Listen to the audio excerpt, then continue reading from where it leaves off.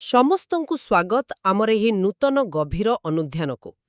ଆଜି ଆମେ ଏକ ବହୁତ ଖାସ୍ ବିଷୟ ଉପରେ ଆଲୋଚନା କରିବାକୁ ଯାଉଛେ। ହଁ ନମସ୍କାର ଏବଂ ଆଜିର ଆଲୋଚନା ପ୍ରକୃତରେ ବହୁତ ରୋମାଞ୍ଚକର ହେବାକୁ ଯାଉଛି। ଏକଦମ ଆଜିର ଆମର ଏହି ବିଶ୍ଳେଷଣ ସମ୍ପୂର୍ଣ୍ଣ ଭାବରେ ବିଜୁ ପଟ୍ଟନାୟକ କଳିଙ୍ଗର ନାୟକ ଏବଂ ଆଧୁନିକ ଓଡ଼ିଶାର ନିର୍ମାତା ନାମକ ପୁସ୍ତକର କିଛି ବିଶେଷ ଅଂଶ ଉପରେ ଆଧାରିତ। ମାନେ ଏ ବହିଟି କେବଳ ଗୋଟେ ଜୀବନୀ ନୁହେଁ, ବରଂ ଇତିହାସର ଏକ ବିରାଟ ଯାତ୍ରା। ସତ କଥା। ଆଉ ଆଜି ଆମର ମୂଳ ଲକ୍ଷ୍ୟ ହେଉଛି ଗୋଟିଏ ଅତ୍ୟନ୍ତ କୌତୂହଳପୂର୍ଣ୍ଣ ଦିଗ ଉପରେ ଆଲୋକପାତ କରିବା। ଭାବନ୍ତୁ ଟିକେ, ଗୋଟିଏ ସାଧାରଣ ଜୀବନକାଳ ମଧ୍ୟରେ ଜଣେ ବ୍ୟକ୍ତି କିପରି ଏକାଧାରରେ ଜଣେ ଦୁଃସାହସିକ ପାଇଲଟ, ଜଣେ ନିର୍ଭୀକ ସ୍ୱାଧୀନତା ସଂଗ୍ରାମୀ ଆଉ ଶେଷରେ ଏକ ବିଶାଳ ରାଜ୍ୟର ନବନିର୍ମାତା ହୋଇପାରିଲେ। ସେଇଟା ହିଁ ସବୁଠୁ ବଡ଼ ପ୍ରଶ୍ନ। ମାନେ ଜଣେ ମଣିଷ ଏତେ ସବୁ ଭୂମିକା ଗୋଟିଏ ଜୀବନରେ କେମିତି ତୁଲାଇ ପାରିବ? ହଁ, ତାରି ପୁଙ୍ଖାନୁପୁଙ୍ଖ ଅନୁସନ୍ଧାନ ଆଜି ଆମେ କରିବା। ଏହି ତଥ୍ୟଗୁଡ଼ିକ ଏତେ ରୋମାଞ୍ଚକର ଯେ ଏହା କୌଣସି ଆକ୍ସନ ଫିଲ୍ମର କାହାଣୀକୁ ବି ପଛରେ ପକାଇଦେବ। ବିଲକୁଲ। ଏହି ବିଶ୍ଳେଷଣର ସବୁଠାରୁ ଆକର୍ଷଣୀୟ ଦିଗଟି ହେଉଛି ଯେ ଆମେ ଏଠାରେ କେବଳ କିଛି ତାରିଖ ବା ଘଟଣା ବିଷୟରେ କଥା ହେଉନାହୁଁ। ଆମେ ଗୋଟିଏ ଯୁଗର ନିର୍ମାଣ ପ୍ରକ୍ରିୟା ବିଷୟରେ କଥା ହେଉଛୁ। ହଁ, ଗୋଟେ ସୀମାହୀନ ମାନସିକତାର ପରିଚୟ। ଏକଦମ।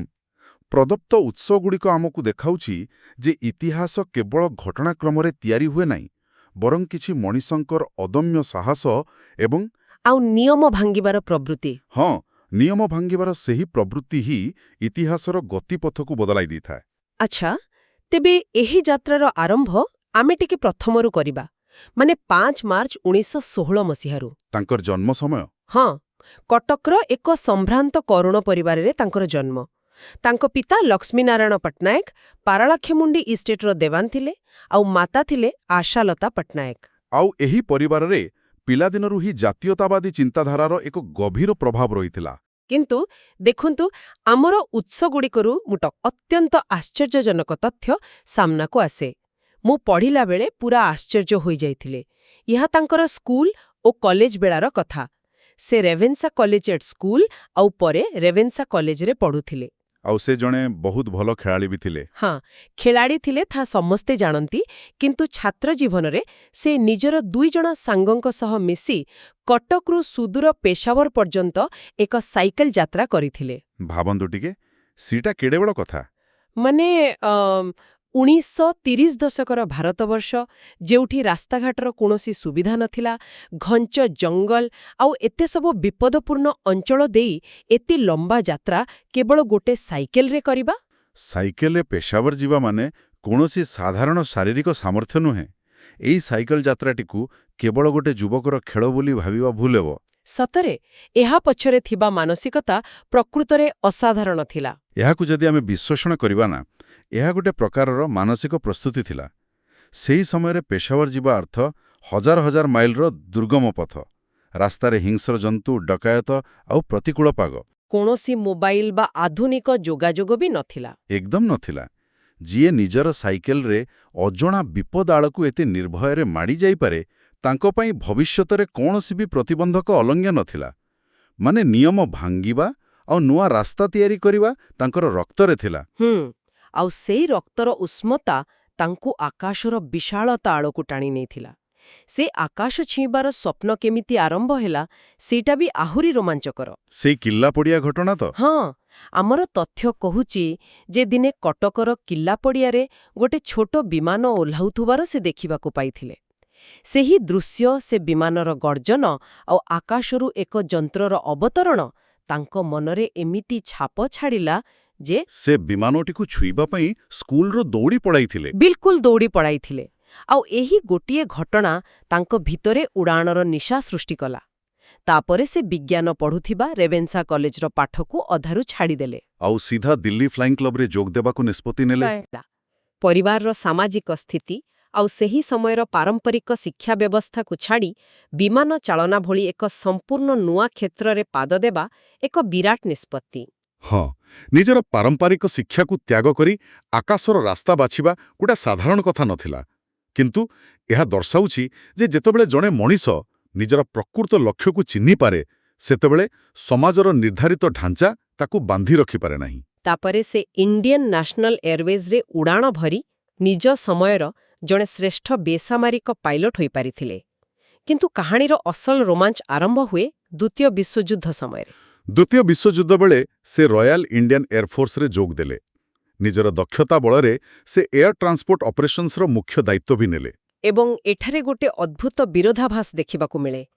ମାନେ ଗୋଟିଏ ପଟେ ସେ ବ୍ରିଟିଶ ସେନାର ଅଧିକାରୀ ଭାବରେ ଯୁଦ୍ଧକ୍ଷେତ୍ରକୁ ରସଦ ଆଉ ସୈନ୍ୟ ପରିବହନ କରୁଥିଲେ। ଅନ୍ୟପଟେ ତାଙ୍କ ହୃଦୟରେ ଭାରତୀୟ ସ୍ୱାଧୀନତା ସଂଗ୍ରାମର ନିଆଁ ଜଳୁଥିଲା। ଏହି ଦ୍ୱୈତ ଭୂମିକା ନିଭାଇବା କେବଳ ସାହସ ନୁହେଁ, ବରଂ ବହୁତ ଉଚ୍ଚକୋଟୀର ବୁଦ୍ଧିମତ୍ତାର ପ୍ରମାଣ। ସେହି ଦ୍ୱୈତ ଭୂମିକାର ଘଟଣାଗୁଡ଼ିକ ପ୍ରକୃତରେ ଗୋଟିଏ ଗୁପ୍ତଚର ଉପନ୍ୟାସ ଭଳି ଲାଗେ। ମହାତ୍ମା ଗାନ୍ଧୀଙ୍କ ଦ୍ୱାରା ଅନୁପ୍ରାଣିତ ହୋଇ ସେ ଅତ୍ୟନ୍ତ ଗୁପ୍ତ ଭାବରେ ନିଜ ବିମାନରୁ ଭାରତୀୟ ସୈନିକମାନଙ୍କ ମଧ୍ୟରେ ଜାତୀୟତାବାଦୀ ପ୍ରଚାରପତ୍ର ବାଣ୍ଟୁଥିଲେ। ସବୁଠାରୁ ଆଶ୍ଚର୍ଯ୍ୟର କଥା ହେଉଛି ସେ ବ୍ରିଟିଶ ବିମାନ ବ୍ୟବହାର କରି ବ୍ରିଟିଶ ସରକାରଙ୍କ ବିରୁଦ୍ଧରେ ହିଁ କାମ କରୁଥିଲେ। ହଁ, ଭାରତ ଛାଡ଼ ଆନ୍ଦୋଳନ ସମୟରେ ଅନେକ ବଡ଼ ବଡ଼ ନେତା ଯେମିତିକି ଜୟପ୍ରକାଶ ନାରାୟଣ, ରାମ ମନୋହର ଲୋହିଆ ଏବଂ ଅରୁଣା ଆସଫ ଅଲିଙ୍କ ଭଳି ବ୍ୟକ୍ତିମାନଙ୍କୁ ପୋଲିସ ଆଖିରେ ଧୂଳି ଦେଇ ସୁରକ୍ଷିତ ଭାବରେ ଗୋଟିଏ ସ୍ଥାନରୁ ଅନ୍ୟ ସ୍ଥାନକୁ ସ୍ଥାନାନ୍ତର କରୁଥିଲେ। ବ୍ରିଟିଶ ଗୁଇନ୍ଦା ବିଭାଗର ଏତେ କଡ଼ା ନଜର ଥାଇ ବି ଏତେ ବଡ଼ ବଡ଼ ନେତାଙ୍କୁ ନିଜ ବିମାନରେ ଲୁଚାଇ ନେବା କେତେ ବଡ଼ ବିପଦ ଥିଲା ଆପଣ ଭାବିପାରୁଥିବେ। ଆଉ ଶେଷରେ ଏହି ସାହସିକ ଗୁପ୍ତ କାର୍ଯ୍ୟକଳାପ ଧରାପଡ଼ିଗଲା। ବ୍ରିଟିଶ ସରକାର ତାଙ୍କୁ 1943 ମସିହାରେ ଗିରଫ କରି କାରାଗାରକୁ ପଠାଇଦେଲି। ଏହି ଗିରଫଦାରୀ ତାଙ୍କ ଚରିତ୍ରର ଗୋଟେ ମୂଳଦୁଆକୁ ପଦାରେ ପକାଏ। ଦେଖନ୍ତୁ, ସେ ଚାହିଁଥିଲେ ବ୍ରିଟିଶ ବାହିନୀରେ ଜଣେ ଉଚ୍ଚପଦସ୍ଥ ଅଧିକାରୀ ହୋଇ ଏକ ଅତ୍ୟନ୍ତ ଆରାମଦାୟକ ଜୀବନ ବିତାଇ ପାରିଥାନ୍ତେ। କିନ୍ତୁ ସେ ବ୍ୟବସ୍ଥା ଭିତରେ ରହି ସେହି ବ୍ୟବସ୍ଥାକୁ ଭାଙ୍ଗିବାର ଯେଉଁ ରଣନୀତି ଆପଣେଇଥିଲେ, ସେଇଟା ଅତ୍ୟନ୍ତ ବିପଜ୍ଜନକ ଥିଲା। ଯଦି ସେତେବେଳେ ତାଙ୍କ ଉପରେ ଦେଶଦ୍ରୋହର ମାମଲା ଚାଲିଥାନ୍ତା, ତେବେ ମୃତ୍ୟୁଦଣ୍ଡ ମଧ୍ୟ ମିଳିବାର ଆଶଙ୍କା ଥିଲା। ହଁ, ବିଲକୁଲ।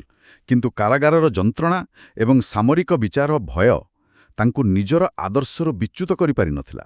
ଏହା ଦର୍ଶାଉଛି ଯେ ଦେଶପ୍ରେମ ତାଙ୍କ ପାଇଁ କୌଣସି କେବଳ ଭାବପ୍ରବଣତା ନଥିଲା, ବରଂ ଏକ ଦୃଢ଼ ସଂକଳ୍ପ ଥିଲା, ଯାହା ପାଇଁ ସେ ନିଜ ଜୀବନ ଦେବାକୁ ମଧ୍ୟ ପ୍ରସ୍ତୁତ ଥିଲେ।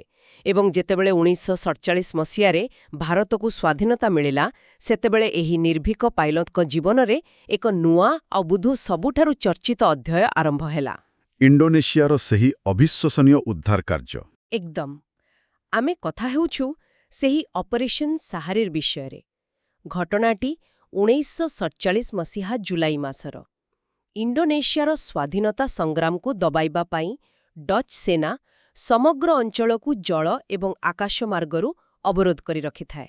ସେଠାକାର ରାଷ୍ଟ୍ରପତି ସୁକର୍ଣ୍ଣୋ ନଜରବନ୍ଦୀ ଅବସ୍ଥାରେ ଥାନ୍ତି, ଆଉ ପ୍ରଧାନମନ୍ତ୍ରୀ ସୁତାନ ସାହାରୀର ଜାକର୍ତ୍ତାରେ ଫସି ରହିଥାନ୍ତି। ତେଣୁ ଭାରତର ତତ୍କାଳୀନ ପ୍ରଧାନମନ୍ତ୍ରୀ ଜବାହରଲାଲ ନେହେରୁ ଏହି ନେତାମାନଙ୍କୁ ଉଦ୍ଧାର କରିବା ପାଇଁ ଏକ ବିଶ୍ୱସ୍ତ ଏବଂ ସାହସୀ ବ୍ୟକ୍ତିଙ୍କୁ ଖୋଜୁଥିଲେ। ଆଉ ତାଙ୍କର ଏକମାତ୍ର ପସନ୍ଦ ଥିଲେ ବିଜୁ ପଟ୍ଟନାୟକ। ଏହି ଦାୟିତ୍ୱ ପାଇବା ପରେ ବିଜୁବାବୁ ନିଜର ପୁରୁଣା ଡାକୋଟା ବିମାନ ଧରି ବାହାରି ପଡ଼ିଲେ। କିନ୍ତୁ ଆପଣ ଜାଣିଛନ୍ତି, ଏହି ଭୟଙ୍କର ଯାତ୍ରାରେ ତାଙ୍କର ସହ ପାଇଲଟ କିଏ ଥିଲେ? ସେଟା ସବୁଠୁ ରୋମାଞ୍ଚକର। ତାଙ୍କର ନିଜ ସ୍ତ୍ରୀ ଜ୍ଞାନ ପଟ୍ଟନାୟକ। ହଁ, ଜ୍ଞାନ ପଟ୍ଟନାୟକ ଗୋଟେ ଯୁଦ୍ଧଗ୍ରସ୍ତ ଅଞ୍ଚଳକୁ, ଯୋଉଠି ଆକାଶରୁ ଗୁଳି ବର୍ଷା ହେବାର ଆଶଙ୍କା ଅଛି, ସେଠାକୁ ନିଜ ପତ୍ନୀଙ୍କୁ ସାଥିରେ ନେଇଯିବା ଏକାଧାରାରେ ଆଶ୍ଚର୍ଯ୍ୟଜନକ ଏବଂ ଅବିଶ୍ୱାସନୀୟ ଥିଲା। ଏହି ଉଦ୍ଧାର ଅଭିଯାନର କତୋଟି ମୁହୂର୍ତ୍ତ ଉତ୍ତେଜନାରେ ଭରା ଥିଲା।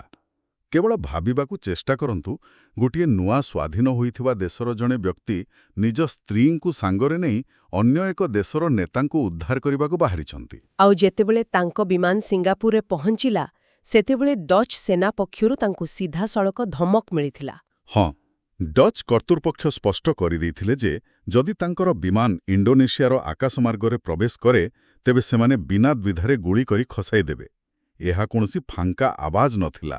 ଏବଂ ସେହି ସାମରିକ ଚେତାବନୀର ସମ୍ମୁଖୀନ ହୋଇ ବିଜୁବାବୁ ଯେଉଁ ଉତ୍ତର ଦେଇଥିଲେ ନା, ତାହା ଇତିହାସରେ ସ୍ୱର୍ଣ୍ଣାକ୍ଷରରେ ଲେଖା ହୋଇ ରହିଛି। ସେ ପାଲଟା ଚେତାବନୀ ଦେଇ କହିଥିଲେ, ଯଦି ମୋ ବିମାନକୁ ଆପଣମାନେ ଟିକିଏ ବି କ୍ଷତି ପହଞ୍ଚାନ୍ତି, ତେବେ ମନେ ରଖନ୍ତୁ, ଭାରତ ଉପରେ ଉଡ଼ୁଥିବା ପ୍ରତ୍ୟେକ ଡଚ୍ ବିମାନକୁ ଖସାଇ ଦିଆଯିବ। ଏହି ଆତ୍ମବିଶ୍ୱାସ ଆଗରେ ଡଚ୍ ବାହିନୀ ପୁରା ସ୍ତବ୍ଧ ହୋଇଯାଇଥିଲା।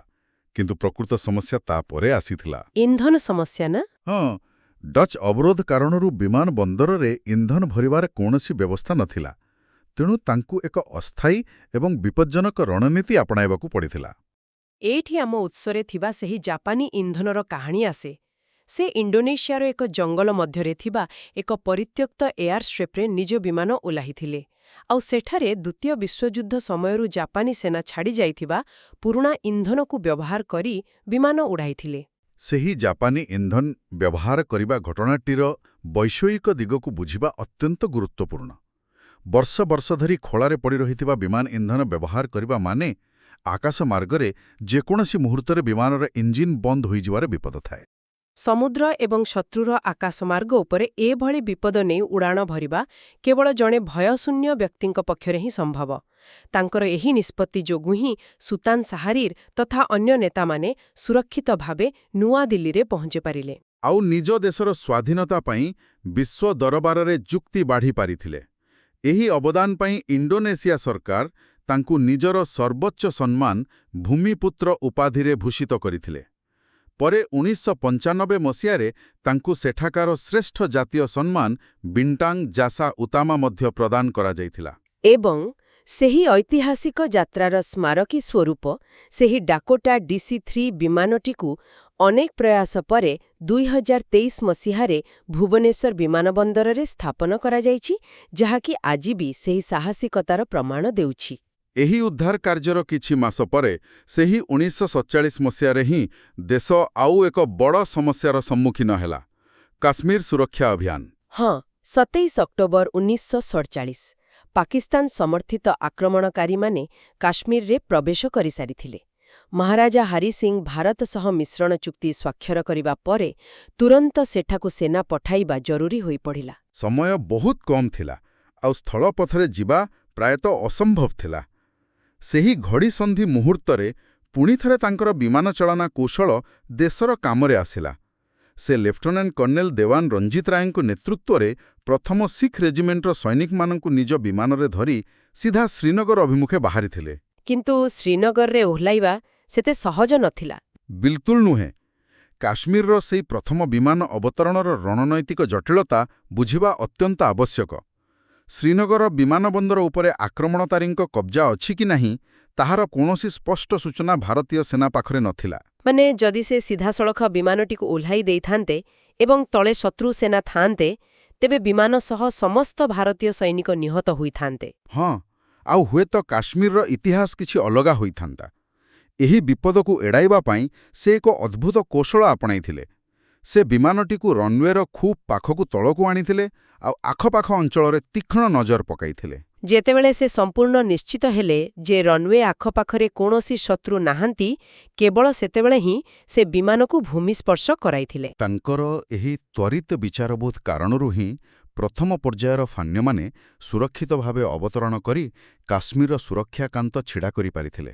ଆମେ ଏପର୍ଯ୍ୟନ୍ତ କେବଳ ତାଙ୍କର ଆକାଶମାର୍ଗର ଯାତ୍ରା ବିଷୟରେ ଆଲୋଚନା କଲେ, କିନ୍ତୁ ପ୍ରକୃତ କାହାଣୀ ସେତେବେଳେ ଆହୁରି ମଜାଦାର ହୁଏ ଯେତେବେଳେ ଏହି ପାଇଲଟ ଜଣକ ରାଜନୀତିର ମଇଦାନକୁ ଓହ୍ଲାନ୍ତି, ମାନେ ଆଧୁନିକ ଓଡ଼ିଶାର ନିର୍ମାଣ ଦିଗରେ। 1946 ମସିହାରେ ସେ ପ୍ରଥମ ଥର ପାଇଁ ଓଡ଼ିଶା ବିଧାନସଭାକୁ ନିର୍ଦ୍ୱନ୍ଦ୍ୱରେ ନିର୍ବାଚିତ ହୋଇଥିଲେ। ଏବଂ ତାପରେ 1961 ମସିହାରେ ମାତ୍ର 45 ବର୍ଷ ବୟସରେ ସେ ବିପୁଳ ଜନସମର୍ଥନ ହାସଲ କରି ଓଡ଼ିଶାର ମୁଖ୍ୟମନ୍ତ୍ରୀ ପଦଭାର ଗ୍ରହଣ କଲେ। ସେହି ସମୟର ଓଡ଼ିଶା କୃଷିଭିତ୍ତିକ ଏବଂ ଆର୍ଥିକ ଦୃଷ୍ଟିକୋଣରୁ ଅତ୍ୟନ୍ତ ପଛୁଆ ଅଞ୍ଚଳ ଥିଲା। କିନ୍ତୁ ତାଙ୍କର ଦୂରଦୃଷ୍ଟି ସମ୍ପୂର୍ଣ୍ଣ ଅଲଗା ଥିଲା। ସେ ଓଡ଼ିଶାକୁ ଏକ ଆଧୁନିକ ଶିଳ୍ପଭିତ୍ତିକ ଏବଂ ଅଗ୍ରଣୀ ରାଜ୍ୟ ଭାବରେ ଦେଖିବାକୁ ଚାହୁଁଥିଲେ। ତାଙ୍କର ଏହି ସ୍ୱପ୍ନର ବାସ୍ତବ ରୂପ ଆମେ ପାରାଦୀପ ବନ୍ଦର, ସୁନାବେଡ଼ାରେ ଥିବା ହାଲ କାରଖାନା, ତାଳଚେର ଥର୍ମାଲ ଏବଂ ବାଲିମେଳା ଜଳବିଦ୍ୟୁତ ପ୍ରକଳ୍ପ ଭଳି ବିଶାଳ ଭିତ୍ତିଭୂମିରୁ ଦେଖିବାକୁ ପାଉ। ଶିକ୍ଷା କ୍ଷେତ୍ରରେ ମଧ୍ୟ ସେ OUAT, ସୈନିକ ସ୍କୁଲ ଆଉ ରାଉରକେଲାରେ REC ସ୍ଥାପନ କରିଥିଲେ। ଏହି ସମସ୍ତ ପ୍ରକଳ୍ପଗୁଡ଼ିକ କେବଳ ଇଟା ଓ ସିମେଣ୍ଟର କୋଠା ନଥିଲା, ଏହା ଥିଲା ଏକ ନୂଆ ବିଚାରଧାରାର ପ୍ରତୀକ। ଉଦାହରଣ ସ୍ୱରୂପ ପାରାଦୀପ ବନ୍ଦର କଥା ଦେଖନ୍ତୁ। ଏତେ ବଡ଼ ବନ୍ଦର ନିର୍ମାଣ ପାଇଁ କେନ୍ଦ୍ର ସରକାର ଅର୍ଥ ଯୋଗାଇ ଦେବାକୁ ମନା କରିଦେଇଥିଲେ। କାରଣ ସେମାନେ ଭାବୁଥିଲେ ଯେ ଓଡ଼ିଶା ଭଳି ରାଜ୍ୟ ପାଇଁ ଏତେ ବଡ଼ ପ୍ରକଳ୍ପ ଅନାବଶ୍ୟକ ଏବଂ ଅସମ୍ଭବ। କିନ୍ତୁ ଆମେ ଆଗରୁ ଆଲୋଚନା କରିଛେ ଯେ ସେ ଅସମ୍ଭବ ଶବ୍ଦକୁ ଗ୍ରହଣ କରୁନଥିଲେ। ସେ କେନ୍ଦ୍ରର ନିଷ୍ପତ୍ତିକୁ ଅପେକ୍ଷା ନ କରି ରାଜ୍ୟ ସରକାରଙ୍କର ନିଜସ୍ୱ ପାଣ୍ଠିରୁ ଏହି ବନ୍ଦରର ନିର୍ମାଣ କାର୍ଯ୍ୟ ଆରମ୍ଭ କରିଦେଲେ। ଯାହାକି ଏକ ଅତ୍ୟନ୍ତ ସାହସିକ ରାଜନୈତିକ ଏବଂ ଆର୍ଥିକ ପଦକ୍ଷେପ ଥିଲା। ଶେଷରେ ତାଙ୍କର ଏହି ଜିଦ୍ ଏବଂ ଦୂରଦୃଷ୍ଟି ଆଗରେ କେନ୍ଦ୍ର ସରକାର ମୁଣ୍ଡ ନୁଆଇବାକୁ ବାଧ୍ୟ ହୋଇଥିଲେ ଆଉ ପରେ ପ୍ରକଳ୍ପର ଦାୟିତ୍ୱ ନେଇଥିଲେ। କେବଳ ଭିତ୍ତିଭୂମି ନୁହେଁ, ସେ ଜଣେ ସଫଳ ଶିଳ୍ପପତି ଭାବରେ କଳିଙ୍ଗ ଏୟାରଲାଇନ୍ସ, କଳିଙ୍ଗ ଟ୍ୟୁବ୍ସ ଏବଂ କଳିଙ୍ଗ ଆଇରନ୍ ୱାର୍କସ୍ ମଧ୍ୟ ପ୍ରତିଷ୍ଠା କରିଥିଲେ। ଆଉ ସବୁଠାରୁ ଗୁରୁତ୍ୱପୂର୍ଣ୍ଣ କଥା ହେଉଛି ତାଙ୍କର ବିଜ୍ଞାନ ପ୍ରତି ଅନୁରାଗ। ଜଣେ ରାଜନେତା ହୋଇ ମଧ୍ୟ ସେ ବିଶ୍ୱସ୍ତରରେ ବିଜ୍ଞାନର ପ୍ରସାର ପାଇଁ 1951 ମସିହାରେ ୟୁନେସ୍କୋ ମାଧ୍ୟମରେ କଳିଙ୍ଗ ପୁରସ୍କାର ପ୍ରତିଷ୍ଠା କରିଥିଲେ। ଏହା ପ୍ରମାଣ କରେ ଯେ ତାଙ୍କର ଚିନ୍ତାଧାରା କେବଳ ନିଜ ରାଜ୍ୟ ଭିତରେ ସୀମିତ ନଥିଲା, ବରଂ ଏକ ସମ୍ପୂର୍ଣ୍ଣ ଅନ୍ତର୍ଜାତୀୟ ଦୃଷ୍ଟିକୋଣ ରଖୁଥିଲା। ତେବେ ଏତେ ସବୁ ସଫଳତା ସତ୍ତ୍ୱେ ତାଙ୍କର ରାଜନୈତିକ ଯାତ୍ରା ସମ୍ପୂର୍ଣ୍ଣ ନିଷ୍କଣ୍ଟକ ନଥିଲା। ଆମର ଉତ୍ସଗୁଡ଼ିକରୁ ଜଣାପଡ଼େ ଯେ 1969 ମସିହାରେ ରାଷ୍ଟ୍ରପତି ନିର୍ବାଚନ ସମୟରେ ତତ୍କାଳୀନ ପ୍ରଧାନମନ୍ତ୍ରୀ ଇନ୍ଦିରା ଗାନ୍ଧୀଙ୍କ ସହ ତାଙ୍କର ଆଦର୍ଶଗତ ଏବଂ ରାଜନୈତିକ ମତଭେଦ ସୃଷ୍ଟି ହୋଇଥିଲା। ଏହି ମତଭେଦ ଏତେ ତୀବ୍ର ଥିଲା ଯେ ସେ କଂଗ୍ରେସ ଦଳ ତ୍ୟାଗ କରି ଓଡ଼ିଶାର ସ୍ୱାର୍ଥ ରକ୍ଷା ପାଇଁ ଏକ ଆଞ୍ଚଳିକ ଦଳ ଉତ୍କଳ କଂଗ୍ରେସ ଗଠନ କରିଥିଲେ। ପରେ ସେ ଜୟପ୍ରକାଶ ନାରାୟଣଙ୍କ ନେତୃତ୍ୱର ପରିଚାଳିତ ଆନ୍ଦୋଳନରେ ସାମିଲ ହୋଇଥିଲେ। ଆଉ 1975 ମସିହାରେ ଯେତେବେଳେ ଦେଶରେ ଜରୁରୀକାଳୀନ ପରିସ୍ଥିତି ଘୋଷଣା କରାଗଲା, ସେତେବେଳେ ଅନ୍ୟ ବରିଷ୍ଠ ନେତାଙ୍କ ସହ ତାଙ୍କୁ ମଧ୍ୟ ଗିରଫ କରାଯାଇଥିଲା। ଏବଂ ସେ ଜେଲ୍ ଦଣ୍ଡ ଭୋଗିଥିଲେ। ଆମେ ଏହି ଘଟଣାଗୁଡ଼ିକୁ ସମ୍ପୂର୍ଣ୍ଣ ନିରପେକ୍ଷ ଭାବରେ ଉପସ୍ଥାପନ କରୁଛୁ ଯେ କିପରି ଜଣେ ନେତା ନିଜ ଆଦର୍ଶ ପାଇଁ କ୍ଷମତା ସହ ଲଢ଼ିବାକୁ ପଛଘୁଞ୍ଚା ଦେଇନଥିଲେ। ଏହି ରାଜନୈତିକ ସଂଘର୍ଷଗୁଡ଼ିକୁ ବୁଝିବାକୁ ହେଲେ ଆମକୁ ତାଙ୍କର ମୂଳ ଚରିତ୍ରକୁ ଫେରିବାକୁ ପଡ଼ିବ। ଆମେ ଯେମିତି ଦେଖିଲେ ଯେ ସେ ଜଣେ ଏକଲା ଉଡ଼ାଣ ଭରୁଥିବା ପାଇଲଟ ଥିଲେ, ଯିଏ ନିଜ ବିମାନର ଏକମାତ୍ର କମାଣ୍ଡର ଥିଲେ। ସେଇଆ ତ, ଏଭଳି ଏକ ସ୍ୱାଧୀନଚେତା ମଣିଷ ପାଇଁ କୌଣସି ଏକ କେନ୍ଦ୍ରୀଭୂତ ହାଇକମାଣ୍ଡକୁ ମାନିନେବା ସ୍ୱାଭାବିକ ଭାବରେ କଷ୍ଟକର ଥିଲା। ଜରୁରୀକାଳୀନ ପରିସ୍ଥିତି ସମୟରେ ଜେଲ୍ ଯିବା ପ୍ରମାଣ କରେ ଯେ ସେ ନିଜ ନୀତିରେ ଅଟଳ ଥିଲେ। ଏବଂ ଏହି ସଂଘର୍ଷର ପରିଣାମ ସ୍ୱରୂପ ସେ ପରେ କେନ୍ଦ୍ରମନ୍ତ୍ରୀ ଭାବରେ ଇସ୍ପାତ ଏବଂ ଖଣି ବିଭାଗର ଦାୟିତ୍ୱ ନେଇଥିଲେ। ଆଉ 1990 ମସିହାରେ ପୁଣି ଥରେ ଓଡ଼ିଶାର ମୁଖ୍ୟମନ୍ତ୍ରୀ ଆସନରେ ବସିଥିଲେ। ନିଜର ଦ୍ୱିତୀୟ ପାଳିରେ ସେ ମୁଖ୍ୟତଃ ପଞ୍ଚାୟତିରାଜ ବ୍ୟବସ୍ଥାକୁ ସୁଦୃଢ଼ କରି ଗ୍ରାମାଞ୍ଚଳକୁ କ୍ଷମତା ହସ୍ତାନ୍ତର କରିବା ଉପରେ ଜୋର ଦେଇଥିଲେ। ତାଙ୍କର ଚିନ୍ତାଧାରା ଯୁବପିଢ଼ିଙ୍କ ପାଇଁ ସବୁବେଳେ ପ୍ରେରଣାଦାୟକ ଥିଲା। 1992 ମସିହାରେ ସେ ଏକ ବିବୃତ୍ତିରେ କହିଥିଲେ ଯେ ତାଙ୍କର ଏକବିଂଶ ଶତାବ୍ଦୀର ସ୍ୱପ୍ନରେ ଯୁବକ ଏବଂ ଯୁବତୀମାନେ ନିଜ ରାଜ୍ୟର ସ୍ୱାର୍ଥକୁ ସର୍ବାଗ୍ରେ ରଖି କଳିଙ୍ଗର ଐତିହାସିକ ଗୌରବକୁ ପୁନର୍ଜୀବିତ କରିବେ। ଏବେ ଯଦି ଆମେ ତାଙ୍କର ପରିବାର ଏବଂ ତାଙ୍କର ଅନ୍ତିମ ଯାତ୍ରା ବିଷୟରେ ଆଲୋଚନା କରିବା, ତେବେ ସେଠାରେ ମଧ୍ୟ ଏକ ବିରାଟ ବାର୍ତ୍ତା ଲୁଚି ରହିଛି। ତାଙ୍କ ପରିବାରରେ ତାଙ୍କ ପତ୍ନୀ ଜ୍ଞାନ ପଟ୍ଟନାୟକ, ଯିଏକି ନିଜେ ଦେଶର ପ୍ରଥମ ମହିଳା କମର୍ସିଆଲ ପାଇଲଟମାନଙ୍କ ମଧ୍ୟରୁ ଜଣେ ଥିଲେ। ଆଉ ତାଙ୍କର 3 ସନ୍ତାନ ପ୍ରେମ, ଗୀତା ଏବଂ ନବୀନ ଅନ୍ତର୍ଭୁକ୍ତ ଥିଲେ। ଯେତେବେଳେ 17 ଏପ୍ରିଲ 1997 ମସିହାରେ ତାଙ୍କର ଦେହାନ୍ତ ହେଲା, ସେତେବେଳେ ତାଙ୍କର ଅନ୍ତିମ ଯାତ୍ରାରେ ଏକ ବିରଳ ଏବଂ ଅତ୍ୟନ୍ତ ଭାବପୂର୍ଣ୍ଣ ଦୃଶ୍ୟ ଦେଖିବାକୁ ମିଳିଥିଲା। ହଁ, ତାଙ୍କର କଫିନ୍ ଉପରେ କେବଳ ଭାରତର ତ୍ରିରଙ୍ଗା ପତାକା ଆଚ୍ଛାଦିତ ନଥିଲା, ବରଂ ସମ୍ମାନ ସ୍ୱରୂପ ରୁଷିଆ ଏବଂ ଇଣ୍ଡୋନେସିଆର ଜାତୀୟ ପତାକା ମଧ୍ୟ ସେହି କଫିନ୍ ଉପରେ ରଖାଯାଇଥିଲା। ଗୋଟିଏ ରାଜ୍ୟର ନେତାଙ୍କୁ ମୃତ୍ୟୁ ପରେ 3ଟି ଦେଶର ଜାତୀୟ ପତାକାର ସମ୍ମାନ ମିଳିବା, ଏଭଳି ଦୃଶ୍ୟ ସ୍ୱାଧୀନ ଭାରତର ଇତିହାସରେ ପ୍ରାୟତଃ ଅଦ୍ୱିତୀୟ। ଏହି 3ଟି ପତାକାର ଦୃଶ୍ୟ ପ୍ରକୃତରେ ତାଙ୍କ ଜୀବନର ସମ୍ପୂର୍ଣ୍ଣ ସାରାଂଶ ବହନ କରେ। ଏହା କେବଳ ଏକ ଔପଚାରିକ ସମ୍ମାନ ନଥିଲା, ଏହା ଥିଲା ସେହି ଦେଶମାନଙ୍କ ପ୍ରତି ତାଙ୍କର ସମୟୋପଯୋଗୀ ସାହାଯ୍ୟର ପ୍ରତିଦାନ। ଆଜି ଆମେ ଯେଉଁ ଯୁଗରେ ବାସ କରୁଛୁ, ସେଠାରେ ଗୋଟିଏ ବିଷୟରେ ସୀମିତ ରହିବା ବା ବିଶେଷଜ୍ଞ ହେବାର ପ୍ରଚଳନ ବଢ଼ିବାରେ ଲାଗିଛି। ଲୋକମାନେ ନିଜର ଏକ ଛୋଟ ପରିସର ମଧ୍ୟରେ ଆବଦ୍ଧ ହୋଇ ରହିବାକୁ ପସନ୍ଦ କରନ୍ତି। କିନ୍ତୁ ତାଙ୍କ ଜୀବନ ଆମକୁ ଦେଖାଏ ଯେ ଜଣେ ମଣିଷ ଏକା ସାଙ୍ଗରେ କେତେଗୁଡ଼ିଏ ଜୀବନ ବଞ୍ଚିପାରେ। ସେ ଯୁଦ୍ଧକ୍ଷେତ୍ରରେ ବିମାନ ଉଡ଼ାଇ ପାରନ୍ତି, ଶିଳ୍ପ ପ୍ରତିଷ୍ଠା କରି ରାଜ୍ୟର ଅର୍ଥନୀତି ପରିବର୍ତ୍ତନ କରିପାରନ୍ତି ଏବଂ ରାଜନୀତିରେ ମଧ୍ୟ ଏକ ଦୃଢ଼ ନେତୃତ୍ୱ ନେଇପାରନ୍ତି। ତାଙ୍କର ସମୟ ପରିଚାଳନା କ୍ଷମତା, ବିପଦକୁ ଭୟ ନ କରିବାର ପ୍ରବୃତ୍ତି ଏବଂ ସବୁଠାରୁ ବଡ଼ କଥା ଏକ ବୃହତ୍ତର ଲକ୍ଷ୍ୟ ପାଇ ନିଜ ସ୍ୱାର୍ଥକୁ ପଛରେ ପକାଇଦେବାର ଗୁଣ ଆଜିର ସମୟ ପାଇଁ ଏକ ମହାନ ଶିକ୍ଷା ଅଟେ। ଆଜି ମଧ୍ୟ ତାଙ୍କ ଜନ୍ମଦିନକୁ ଓଡ଼ିଶାରେ ପଞ୍ଚାୟତିରାଜ ଦିବସ ଭାବେ ପାଳନ କରାଯାଏ। ଏହି ଆଲୋଚନା ପ୍ରକୃତରେ ଆମକୁ ଅନେକ ନୂତନ ଚିନ୍ତାଧାରା ଯୋଗାଇଛି। ଏଥିରୁ ସ୍ପଷ୍ଟ ହୋଇଯାଏ ଯେ ଗୋଟିଏ ବ୍ୟକ୍ତିତ୍ୱ ଭିତରେ କେତେ ବିଶାଳତା ଲୁଚି ରହିପାରେ। ତେବେ ଆଜିର ଏହି ଯାତ୍ରାକୁ ଶେଷ କରିବା ପୂର୍ବରୁ ଏକ ଗୁରୁତ୍ୱପୂର୍ଣ୍ଣ ଏବଂ ଚିନ୍ତାଶୀଳ ପ୍ରଶ୍ନ ଉପରେ ଦୃଷ୍ଟି ନିକ୍ଷେପ କରିବା ଦରକାର। ଆଜିର ସମୟରେ ଆମେ ଏକ ଅତ୍ୟନ୍ତ ଶୃଙ୍ଖଳିତ ଏବଂ ନିୟମକାନୁନରେ ବନ୍ଧା ଯୁଗରେ ବାସ କରୁଛୁ। ପ୍ରତିଟି କ୍ଷେତ୍ରରେ ନିର୍ଦ୍ଦିଷ୍ଟ ପ୍ରୋଟୋକଲ୍ସ ଏବଂ ସୀମାରେଖା ରହିଛି। ହଁ, ସବୁକିଛି ପୂର୍ବରୁ ନିର୍ଦ୍ଧାରିତ। ଏଭଳି ସ୍ଥିତିରେ ବିଜୁ ପଟ୍ଟନାୟକଙ୍କ ଭଳି ବହୁମୁଖୀ ଏବଂ ବିପଦସଂକୁଳ ପଦକ୍ଷେପ ନେଉଥିବା ମଣିଷମାନେ କେବଳ ସେହି ସ୍ୱାଧୀନତାପୂର୍ବ ଏବଂ ପରବର୍ତ୍ତୀ ଯୁଗରେ ଏକ ଆବଶ୍ୟକତା ଥିଲେ, ନା ଆଜିର ଏହି ଅତ୍ୟାଧୁନିକ ବ୍ୟବସ୍ଥା ମଧ୍ୟରେ ମଧ୍ୟ ଆମକୁ ଏମିତି କିଛି ନିୟମ ଭାଙ୍ଗି ଆଖିବୁଜା ସାହସ ଦେଖାଇ ନୂଆ ଇତିହାସ ରଚିପାରୁଥିବା ଦୂରଦୃଷ୍ଟି ସମ୍ପନ୍ନ ବ୍ୟକ୍ତିତ୍ୱର ନିହାତି ଆବଶ୍ୟକତା ଅଛି? ଏହା ଏକ ଏପରି ପ୍ରଶ୍ନ ଯାହା ଉପରେ ଶ୍ରୋତାମାନଙ୍କୁ ଗଭୀର ଭାବେ ବିଚାର କରିବାକୁ ପଡ଼ିବ। ଆଜିର ସମାଜରେ ସେଇଭଳି ଦୁଃସାହସିକତାର ସ୍ଥାନ କେଉଁଠି, ତାହା ଚିନ୍ତା କରିବାର ବିଷୟ। ଆଜିର ଏହି ସୁନ୍ଦର ଆଲୋଚନାରେ ଯୋଗ ଦେଇଥିବାରୁ ଅନେକ ଧନ୍ୟବାଦ। ଏମିତି ଆଉ କିଛି ରୋମାଞ୍ଚକର ତଥ୍ୟର ଗଭୀର ଅନୁଧ୍ୟାନ ସହ ଆମେ ପୁଣି ଭେଟ ହେବା। ସମସ୍ତଙ୍କୁ ନମସ୍କାର।